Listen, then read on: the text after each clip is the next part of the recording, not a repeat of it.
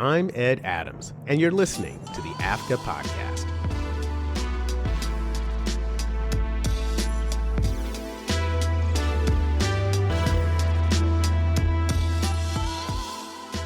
Hey everybody, and welcome back as we kick off Season 3 of the AFCA Podcast. And I am honored to start the season with the legend himself, documentary filmmaker Sam Pollard. So let's catch up after the break. The AFCA Podcast is sponsored by Morgan Stanley Global Sports and Entertainment.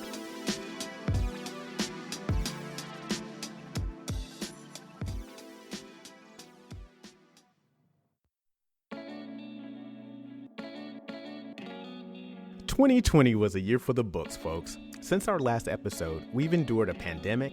We took to the streets to take a stand against systemic racism that flows throughout our institutions and industries, and we ended the year with a lesson in democracy that taught us that every voice and vote counts to make this a more perfect union.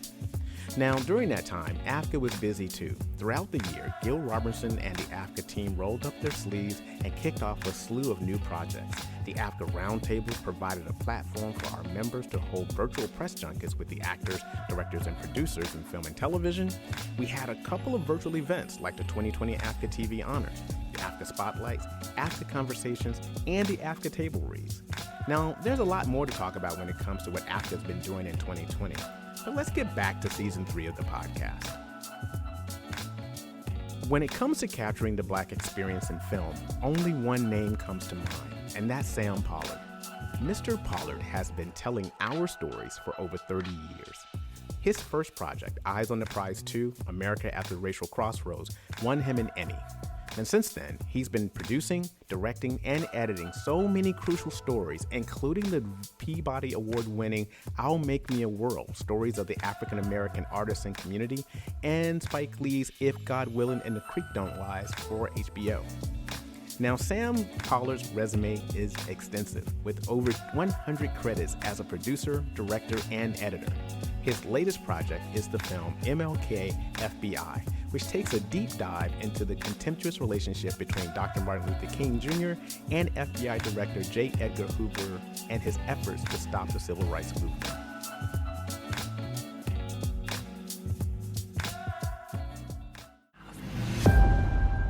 The FBI was most alarmed about King because of his success.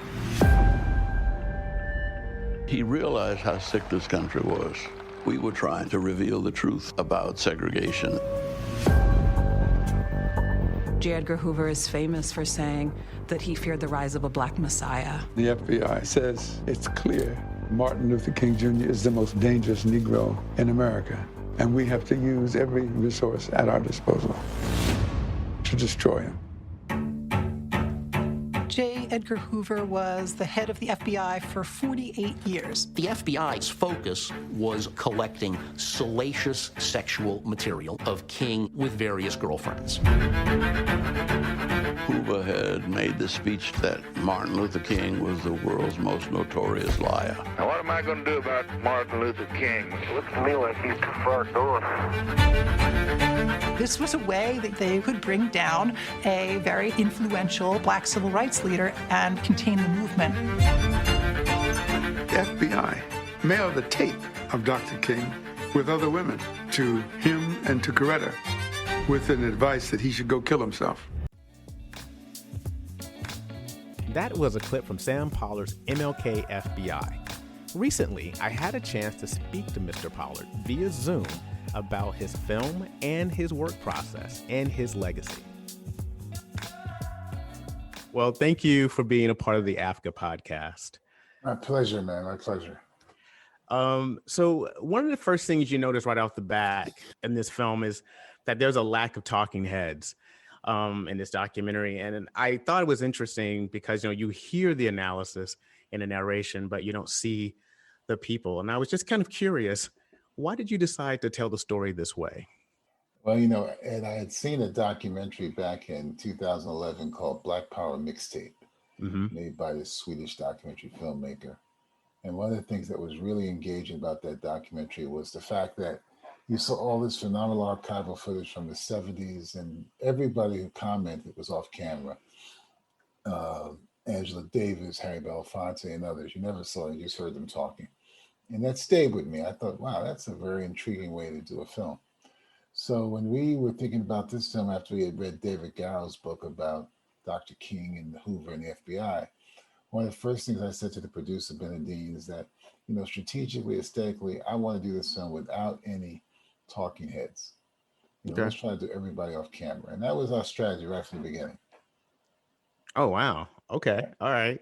So I have to admit, I hadn't read the book, but I'd read a couple reviews about it. And one of the things I thought was interesting was a reader's analysis of the book. And he said he was a hero with the feet of clay. And I just kind of wanted you to kind of talk to me, because there is something that you do see is this very humane, somewhat flawed character that kind of comes across on screen. I just wanted to hear from you. How did you feel about constructing who you wanted King to be, and also who you wanted J. Edgar Hoover to be when you were putting this film together? Well, first of all, I just want to look at King as a man who had a feet of clay. I mean, to me, one of the things that I have found both engaging, invigorating, and important to do as a filmmaker in the last 5-6 years was to create stories of people who I grew up with and admired tremendously, but also now taking an opportunity to look at them in 180, looking at them from all perspectives. So in tackling Dr. King, who, and in the 60s, I was saying to someone, in my household, we had 3 pictures on our wall: Martin Luther King, John Fitzgerald Kennedy, and Jesus Christ. Those were the pictures in Black communities, in the wall. So King was someone that we all respected and revered. And I didn't think anything else that King was the man who had given the phenomenal I Have a Dream speech. He was the man who was, we saw him as, as Moses leading us to the promised land, taking us out of the dark tunnel of segregation and Jim Crowism. So now here I am 40-something years later, and now I'm sort of see the world in much more layered perspective. So I felt that this was an opportunity to really dig into King and see him as obviously a great man who had a great contribution to American history and to world history, but to see him as a human being who had, who had his own foibles. And they understand that he had a lot on his plate. He was dealing with a lot of things. He was dealing with, being the head of SCLC, going to cities like Birmingham and Albany and Selma, winning the Nobel Peace Prize, the burden of that, going to do with that, knowing full well he was also being investigated and wiretapped in his hotel rooms, bugged by the FBI at Hoover. And then by 1967, deciding, which was a monumental step, man, to say to the world, I'm not just about civil rights. I'm also about saying that as we as a country should rethink ourselves about being in Vietnam, knowing full well what that would mean in terms of his relationship with the Johnson administration. So, I just think you want to dig into these people and dig into them as human beings. Now, for J. Edgar Hoover, we wanted to show this man who was for over 40 years, the executive director of the FBI, who, when I was 14, 15 years old, man, the FBI was heroes to me, man. I used to watch a show on ABC every Sunday night called The FBI, Efrem Zimbalist Jr., so Hoover was a hero. But here we are now looking at him, digging in a man whose obsession with Dr. King is both racial and political. Political from the perspective that he's seeing a man lead a group of people to basically upend Hoover's notion of what American democracy should be. And what was American democracy to most white people in the 30s and the 20s, 30s, 40s, and 50s? We were here, Black people, but where were we? We were on the fringes, If you saw us in popular culture, we were Butterfly McQueen and Mildred Pierce. We were Stepin Fetchit in the Will Rogers movie.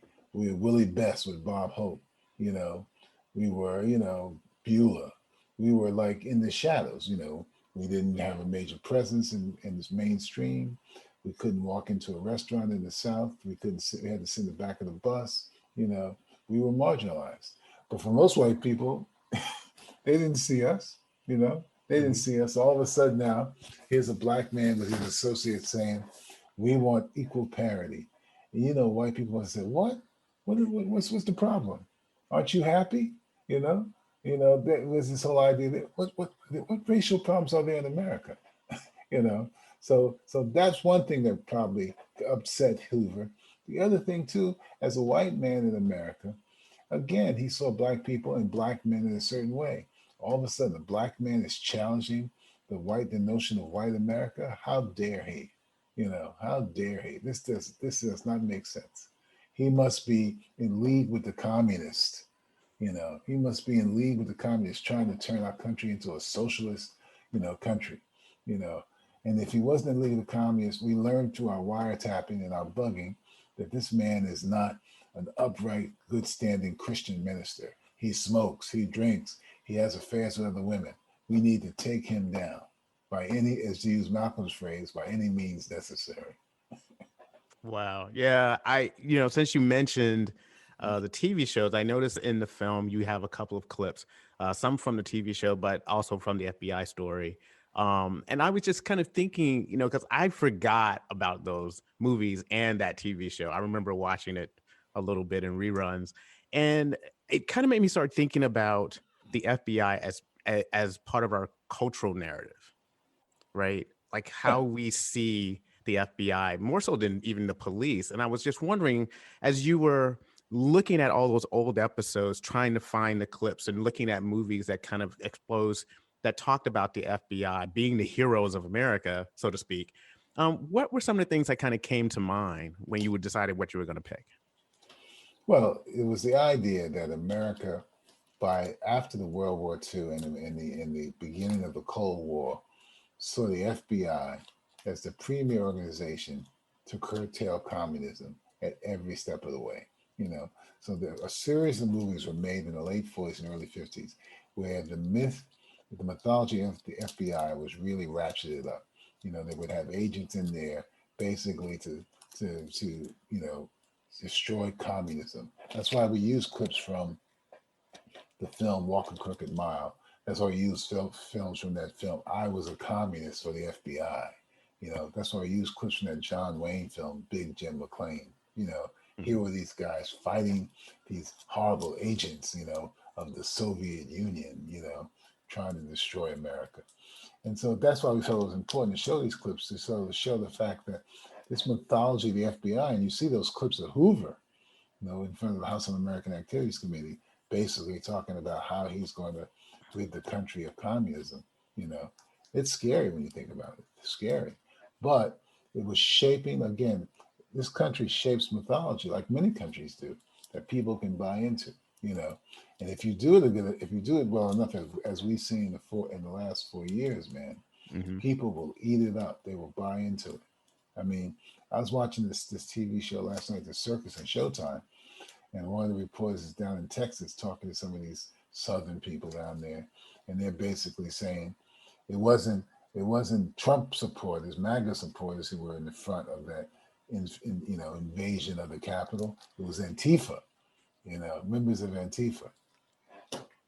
I mean, but Trump's charisma and his way of selling himself and selling this notion that this election was fraudulent has really set hold. And America has done that for many years, creating these mythologies that America can completely embrace. It's interesting. I was actually just about to ask you a question about something very similar, which is, like Churchill said, those who fail to learn from history is just doomed to repeat it. That's right. And I feel that as a filmmaker, as a documentary filmmaker, you capture our history on a regular basis. You and your peers. I'm curious, do you think we actually, as Americans, learn from our history? I mean, we have this right in front of us. I mean, when we talk about documentary filmmaking, these are truths. They're put right before you. And you suppose the question is there for people to kind of take that information. And yet, here we are again. And I was just kind of curious, when you are creating film and you look at where we are right now, are you optimistic about the American story? Well, I'm 70 years old, and in the mid 60s, as I was saying to you, Dr. King was a big presence in my household. But back then, I believed completely in the American melting pot, that this wouldn't matter. If I got a good education and I could speak correctly and I got a good job, they wouldn't see me as back then, as you know, a Negro. I was just an American. Now, and I know that's a big falsehood, because they always see this. So I've come to understand the level of complexity and the level of hypocrisy in America. But I still believe, that people, if they want to change, they got to come to a reckoning about who this country is and what the history of this country. And I hope that these films will do that. So do I have a certain level of optimism? Sure, because if I didn't, I would have to get up, get a new passport and leave this country, because as you know, most of us as African Americans, we love being American. We love America, but we understand the hypocrisy of America. We understand the racism of America. We understand the economic disparity in America, and I always hope that these films will reach people who don't normally think like me, but can watch this film and say, let me think. The problem with most people in America is that they don't learn to think. They don't learn to challenge anything that's put in front of them. They just buy it and just sort of suck it up. I mean, you got to be able to challenge and question everything in the world. You just can't accept it as a status quo, So if someone tells me this is like, the election was fraudulent, this was this and that, I don't say, okay, let me understand the facts. Let me see the facts, and I still have that level of hope that, and this is sad to say, because we've heard this phrase a long time. We've heard this phrase many times, that somewhere we will make things change. But as we've heard Dr. King say, we have a long way to go. I thought in the 60s and the 70s, when I heard that phrase, well, maybe we'll make a big turn, but we still have a long way to go, man. Because when people don't understand about that attack on the Capitol 2 weeks ago on January 6th, is that it's not an aberration in America. It's part of the DNA of America. We as Black people know that firsthand when white people would say, why are these Black communities successful? Why are they doing this? Oh, we heard that a Black man attacked a white woman. That was just the match that would let the flame for them to go into communities like you saw those people go into the Capitol and destroy. Because, I was watching this film the other night from old 1942 and with Alan Ladd, and he's dealing with this young woman played by Benita Granville. And he's asking her, he's telling her you shouldn't be hanging out with these lowlifes. You know what she says to him, Adam? What? She says, I can do anything I want because I'm free, white, and 21. You remember how white people would think? It's in their DNA at this point. Wow. That's exactly right. I'm free, white, and 21. So basically she's saying, I can do what the fuck I want. Which is what those people, when those people attack the Capitol, that's what they think. Totally. I mean, to say that, and not to get too political on the podcast, but you're right. I mean, as we're watching it, Black people are not surprised. Yeah, I'm not surprised. Because white people have been doing this for years, man. I mean, we're shocked, but not surprised. Not surprised. Yeah, Because as soon as you say something to white people, say, what? Don't you know who I am? Do you see this? Yeah. Well, it's funny that you said that because something kind of came up in the film that I wasn't expecting. And it was this level of naivete that King had about the FBI and Hoover's tenacity to get something on him, how far he went to wiretap him, how far he went in his surveillance. And even when he was advised, he still didn't believe it. And I was curious when you were talking to David as you were putting this film together, did that surprise you? And then even more so, I have to admit, it kind of blew my mind about Ernest Withers, right? That just kind of blew my mind. But I just wanted to know quickly, could you tell me, one, how did you feel, were you surprised about that naivete that King had? And then two, when you found out about the informants? First of all, I even though when Clarence Jones says that King didn't believe that they were being wiretapped, I personally think that deep down, Dr. King knew. He just didn't want to come to grips with it. He had to know. He was too intelligent a man not to know that the FBI wouldn't go that far. I just don't believe I think he was acting, quite honestly. I think he believed it. He deep down knew that they were. How could he not know? You know, he's Martin Luther King.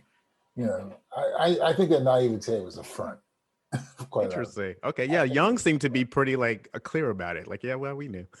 Yeah, they knew. I mean, if Andy Young knew back then, Dr. King knew. Okay. Now, the informant thing, it's interesting that they knew that they had informants. King and his associates knew they were informants from the FBI.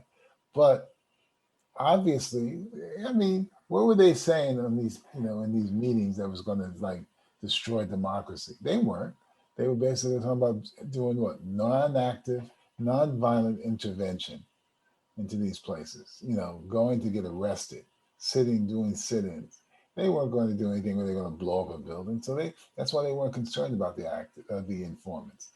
I had known about Ernest Withers before, and I had learned about that a few years back. So I always was like, well, obviously he needed a job, because obviously I don't believe he thought he was doing anything wrong. There was another man, as we mentioned in the film, who worked in the office of the SCLC, and he's still alive today. And he lives in Atlanta.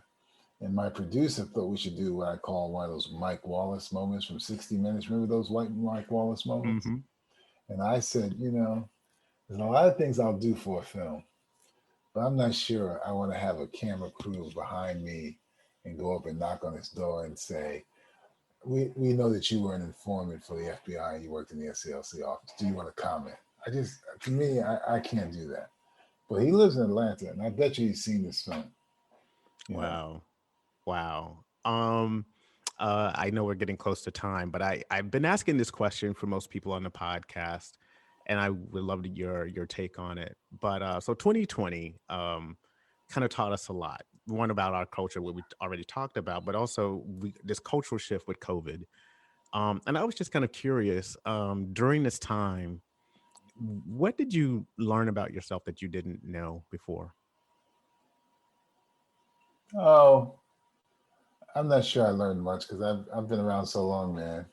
I've had a lot of ups and downs like everybody. I've made some good, interesting strides. I've made some mistakes in life. I don't know if I learned anything. I mean, what I always find about every film I tackle is I try to sort of be like a archaeologist, just digging into the storylines and the people and finding out the things that sometimes you feel like, wow, why are you saying that about that person? You have to say that?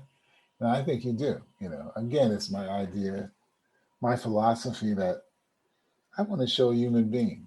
I don't want to show deities. It's like I'm finishing up a film about the jazz composer, activist, drummer Max Roach. And as we were digging into interviewing people and learning about Max, we found out there was some negative stuff about Max. Now, I could say to myself, well, I don't want to put that in about Max because he's one of my idols. And I spent a lot of time with Max in the 90s. But I said to my co-director, I said, man, we can't shy away from that. And sure enough, recently, one of his sons said to us, do you really have to keep some of that stuff in about our dad? Well, my take is, sure, that shows who he was. I mean, if I was doing a film about my dad, I'm not going to show everything that I loved about him. I want to show some of the shady stuff.